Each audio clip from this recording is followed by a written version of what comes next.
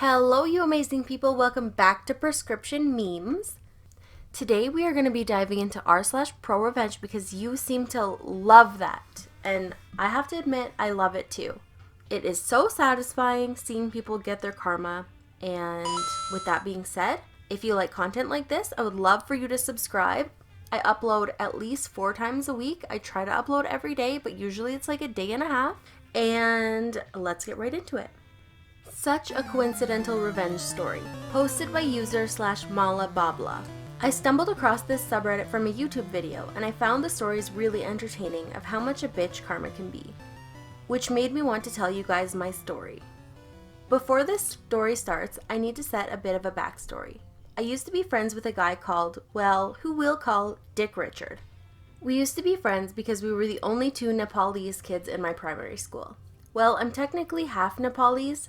We could speak the same language, and our dads were in the same army regiment. In a way, we were like brothers who had a lot in common.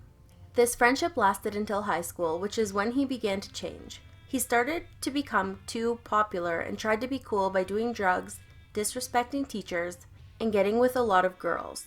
I wasn't up for that, so I started talking less and less to him, and he started talking less and less to me, until it was almost like we had never met to begin with, which I didn't mind considering I had already made new, better friends. Dick formed a group or gang of other 15 or so delinquents, of which he was like puppet master, ordering these brainless imbeciles on what to do whenever he wanted.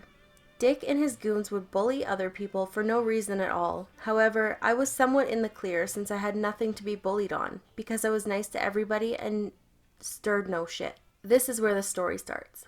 It wasn't until recently when Dick started talking to me again. During school, my phone would start ringing from random numbers, each time the same person picked up. Dick. I didn't know how Dick had my number at first, then I realized he probably had my number saved in his phone from when we used to be friends. Now Richard's group wasn't just targeting me, Richard would be a dick to everyone in our school, even people in his own group. And well, I guess it was my turn. At first I didn't mind much, but the calls began to get more frequent, and the comments became more and more obscene. Each time I would block the number, he would just call my phone on another one of his goons' phones. I started to get into trouble for ending the calls in class, which started to tip a ton. The story begins when I'm on 1-week work experience with my school, where everyone in my year gets sent to a different work placements.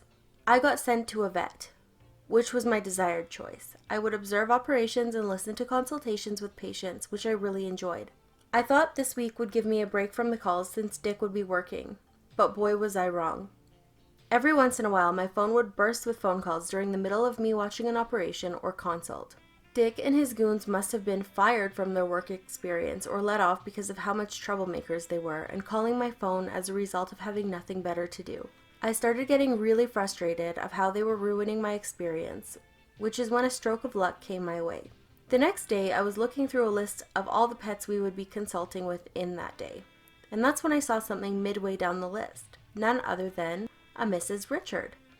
A sinister smile emerged from the side of my mouth. Although I used to be friends with Dick, I never visited his house, therefore I had never met any of his relatives, so not the Mrs. Richard, his mother, that was coming in that day.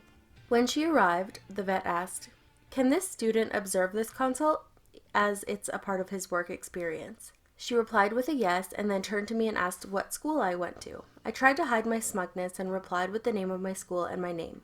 Thankfully, she didn't recognize my name, so my cover was still intact. While her dog was being checked by the vet, I maintained a stable conversation with Mrs. Richard, who was actually very nice.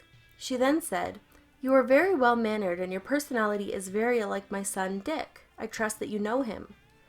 I replied with a, "Yes, I know Dick." The well-mannered bit caught me a bit off guard because Dick was anything but well-mannered, but it somewhat made sense. Dick wouldn't be alive if his parents knew what he got up to at school.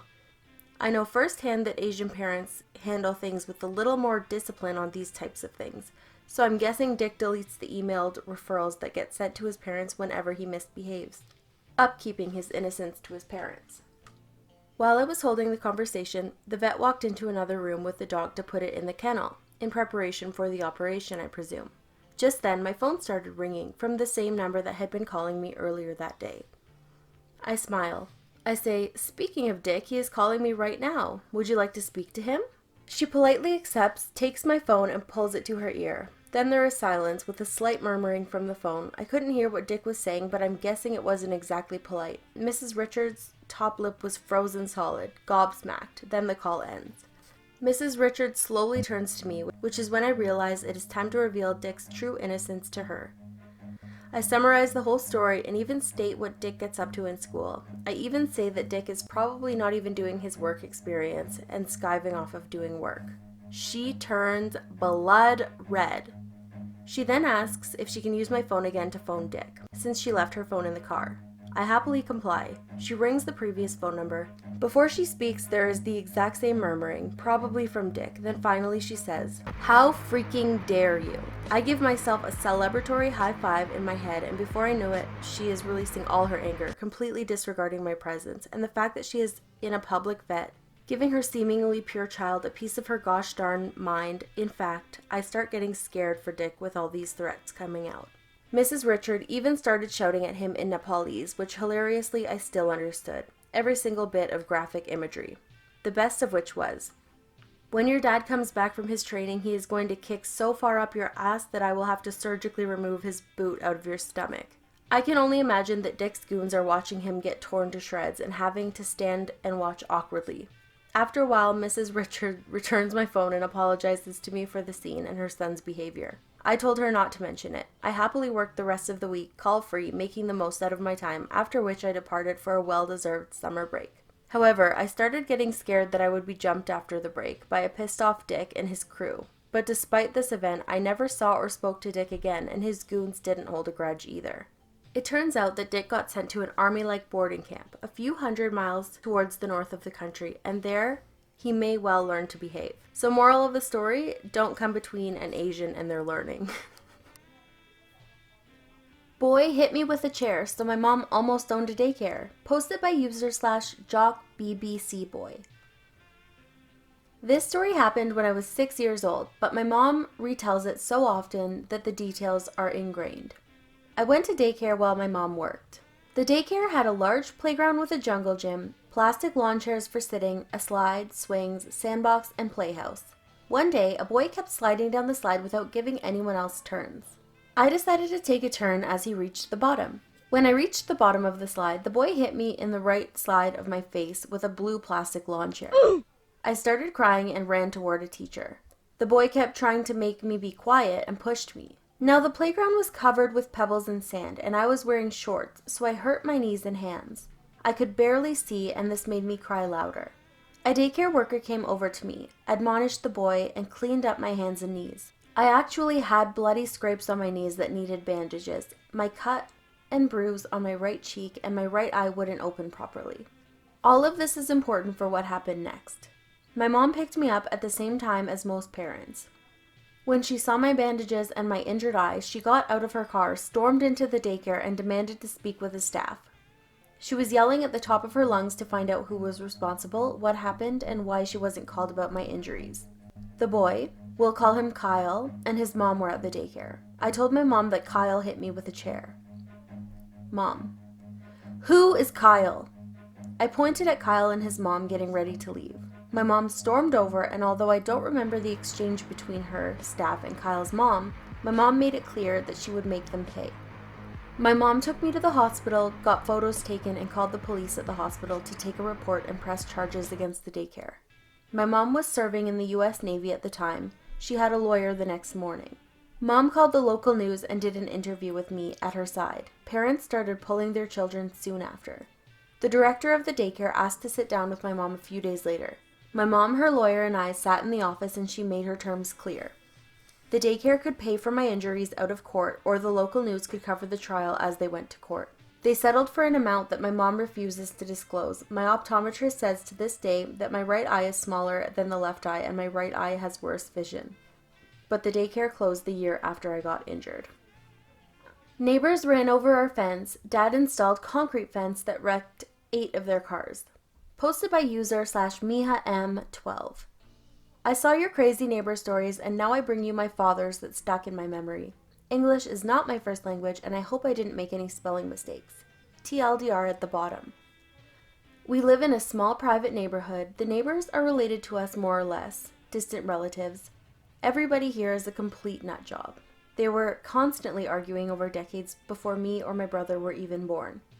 Our property line is kinda like a square and is surrounded by road from two sides. Keep in mind that on one part of the road, we let our neighbors use 1 square meter of the land so they could use the road safer and not damage our property. This is crucial information. This road is made of gravel. The neighbors want my parents and only my parents to pay for the entire cost to lay an asphalt road. My dad and my mother are constantly fixing potholes for 90% of the road, so naturally our neighbors thought that they will pay for this asphalt road. Classic r/choosing beggars. Fast forward 20 years, the road remains gravel-ish. Nobody wanted to pay for the asphalt road. One day, my neighbors order a massive truck filled with tons of wood. The truck driver runs over our fence. Nobody wanted to pay for the damage. Our fence is made out of multiple bushes, trees, and a little bit of metal fence too. These plants were now completely destroyed and a part of the metal fence completely bent. We had to replant these plants and place a new metal fence. My father told me this was not the first time this has happened, but actually the third. I couldn't believe it when I heard this. So this is where the revenge begins. My father is a police officer in the department where they mostly handle frauds, drug busts, etc. He knows the law well. He dug up the property line marker and placed plastic barrels filled with rocks on our property. In the next 6 hours, 3 of our neighbors came knocking on the door because they hit our plastic barrels filled with rocks. They were angry and wanted to call the cops, but they never did, because everybody knew that little part of land was still our property. One neighbor in particular threatened my dad that he will throw a freaking pickaxe at my father's back. Over the period of 1 year, these neighbors hit the barrels so much with their cars that the barrels are now worthless. My dad was furious, and he changed his petty revenge into a pro-revenge. He cut some wood to use it as a mold. He bought cement, sand, and metal poles. One peaceful afternoon, my father and I cemented that whole part of the land and placed some lovely flowers on top, so when they hit the concrete, they could smell our flowers of victory, defeat. As we expected, 5 neighbors in total wrecked their cars on the new fence and nobody came knocking on the door. Take credit for my work and not pull your weight? You fail the class. Posted by user/ICameToBeSpooked. So, for some backstory, this happened 7 years ago, so my memory is kind of fuzzy on specifics, but you'll get the gist of it. I went to college to be an engineer. It's what I thought I wanted to do, but over the course of my 2nd semester in college, I realized it wasn't for me. It just wasn't fun, and I couldn't see myself doing it as a career. All the engineers had to take an Intro to Engineering class where we learned how to code and solve problems. We were randomly assigned groups. I was in a group of 5, including myself. Unfortunately, my group was complete and utter garbage. We had a major group project that was worth 50% of our grade, and we were given about 6 weeks to complete it. This was at the beginning of the semester. The timing is important. Without going into too much detail, it involved writing code to solve an optimization problem given some constraints, like cost, weight, metal composition, etc. Just really basic engineering stuff. Each week we had to write up a formal report on our progress and submit it to the professor. So far, everything is normal. Each team member was given a task, like researching specific things, writing sections of the code. But we all had to collaborate at the same time. The first week my group and I worked on the project, we roughly did an equal amount of work. It was all preliminary research, so it wasn't anything too complicated. I had finished my share of the work a few days before the report was due. I was a little peeved that the rest of my group waited until 2 a.m. the day it was due to actually write their parts of the report and do their research, but I figured it was a one-off thing. Nope. The next week the same thing happened, except they didn't actually complete the tasks they were supposed to and lied about it in the report. I overlooked it, thinking they'd just make up for it during the next week. Not at all. They still did nothing. They opted to talk to each other and look at their phones during our group meetings, leaving me the only person actually doing any of the work. Now, we would get points off our project if we couldn't work as a group, so I kept all this from the professor, hoping it would improve in time. Wrong again. Over the next few weeks, I was the only person doing research and I was the only person working on the code. It got to the point where I threatened to talk to the professor if things didn't improve, and they didn't. During this time, I was reconsidering being an engineer and had talked to my advisor about switching majors. My advisor told me I could switch majors mid-semester if I wanted to and could drop the engineering class without it impacting my GPA. However, I would have to drop the class in the next 12 days or else it would go on my record as an F. I hated that class with a passion, not just because of my group, but because of how tedious all the work was and how draining it was to do. Again, it just wasn't fun. This will be important in the next part. Fast forward to week 5. I had had enough. I talked to my professor about my teammates not pulling their weight and how I was having to pull all-nighters to keep the project on track. Again, this was a huge project that really required an entire team to work on. During class, my professor pulled each one of my team members aside and talked to them. Then he pulled me aside and said that all my team members told him was that I was the one slacking and not pulling my weight, and that they said they had been doing all of the work. I was livid, but I kept calm, reiterated my points, and it boiled down to the words of 4 people against only mine. I went back to my seat, and I was getting death stares from the rest of my group. They gave me the cold shoulder and ignored me, but I knew exactly what I was going to do to them. They were doing all the work? Fine, then they should have backups of all the work they did on their computers. If I wasn't doing all the work, then there's no way I'd have all the sources, all the literature, and all the code on my computer.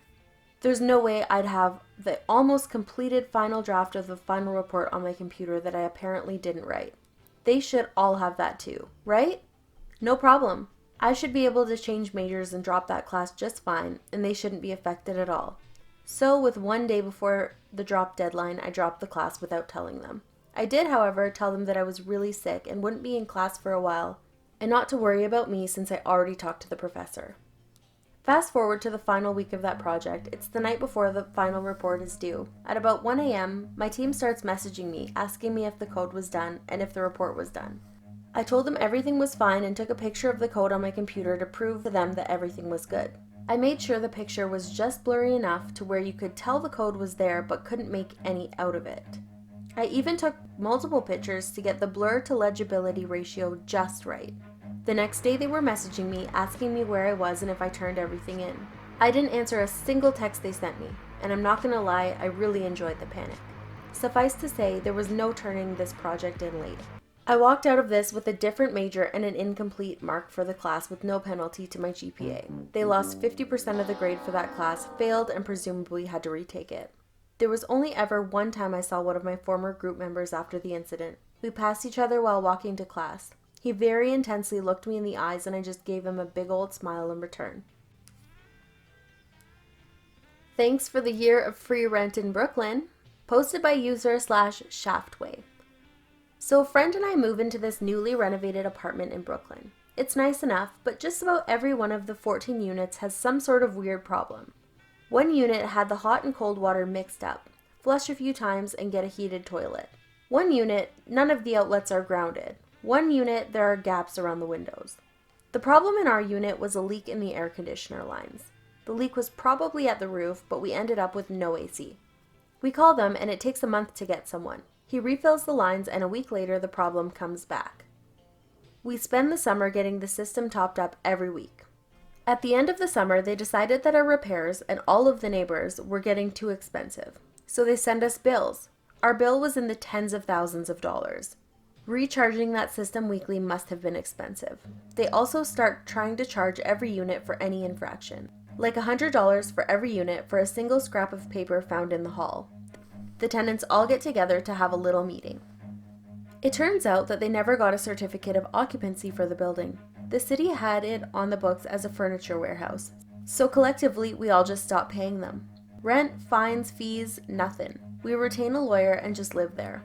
The company tried to get us out by cutting lighting and other services. We contacted the lawyer. The company would get fined and we'd get our lights back.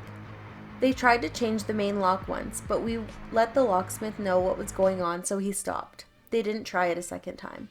The first floor of the building was an off-track betting parlor. They were particularly noisy and obnoxious, so one resident called the health department over a moldy loaf of bread we found in the basement. One of my best memories was watching a bunch of guys in hazmat suits clear out the betting parlor so they could run tests. Eventually, they try to get the certs, but to do that they need to do inspections with the drywall removed. They tried to do it while we lived there, and the lawyer fought it for not being in a livable state. Finally, they realized they needed us out. If they got the certificate of occupancy while we were still there, we'd owe back rent. They take us to court to get evictions. Lawyer gets everything pushed back as far as he can, but finally we go to city court. Lawyer points out that they're trying to evict 14 units, but you can't evict more than 10 at a time. Court ejects the case. I don't think their lawyer gets a single word in. So now we get a county court date for an ejection instead of an eviction. Again, lawyer pushes it out as much as he can, but eventually we go. Court agrees to eject us all, but sees the evidence of lighting and lock tampering. Asks our lawyer what would be a reasonable time frame. Lawyer asks for 4 months. Judge gives us 6. Everyone stays until the last month. At the end of it all, we got to live in a newly renovated apartment in a trendy area of Brooklyn for free for a little over a year. Alright everybody, that's it for today's video. Thank you so much for watching. If you made it this far, let me know in the comments. And if you like ProRevenge, let me know. If you aren't subscribed but like this kind of content, I would love to have you here. I try to upload as often as possible. Usually it's about every day and a half. One day I promise it's going to be every day. And I will see you tomorrow. Bye!